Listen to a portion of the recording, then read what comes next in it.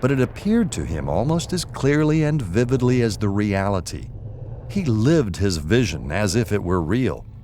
He saw the deep green of grass that seemed not of this world, and smelled a delicious, indescribable scent on the wind. Suddenly, he saw an inaccessible light right in front of him. A narrow door and steep stairs suddenly began to reveal themselves behind that door.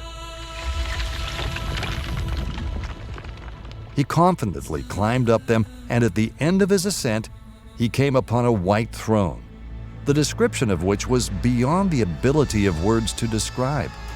Suddenly, a splendid angel appeared at his right hand.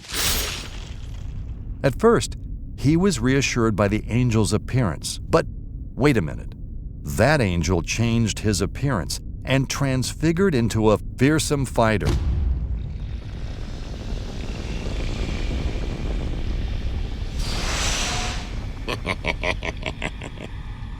He was now a crowned warrior and wore the armor that would be worn by the most fearsome adversary anyone could face. Black, dark as dross, dazzling at the same time, with the scarlet dragon of his kingdom drawn with all manner of precious stones and pearls on the breastplate. And, to top it all off, on his armor were carved countless names of blasphemy. His face was as beautiful as it was hideous. The silken cloak of purple and scarlet billowed about him as he stood at Aslan's right hand. Then, as he watched him, feeling terror grip his chest, Aslan could sense that there was no weapon in all the universe capable of destroying him.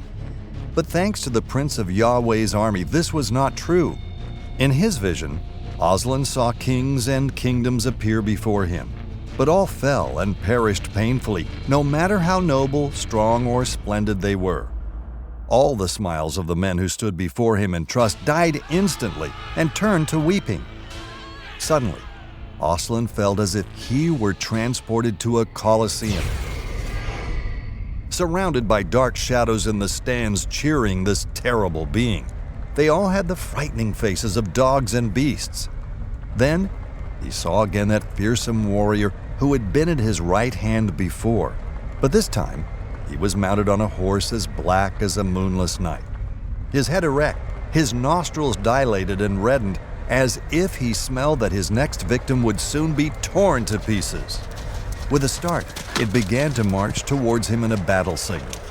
His silken cloak now billowed behind him as he rode, and it seemed Aslan's only way out was to defy and defeat him.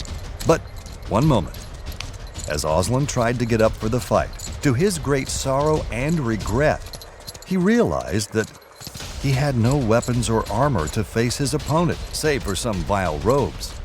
He was facing an unbeatable warrior who marched swiftly to kill him. His defeat was imminent. Aslan fell badly wounded before him.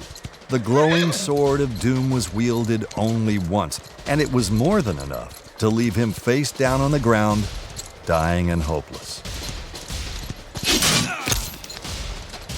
The cheers and applause died as the rider spurred his horse and rode past the dying Aslan. He gave him a disdainful glance, then turned to the shadowy audience and received the laurel of victory. Aslan bled to death. Then, in his vision, he woke up again.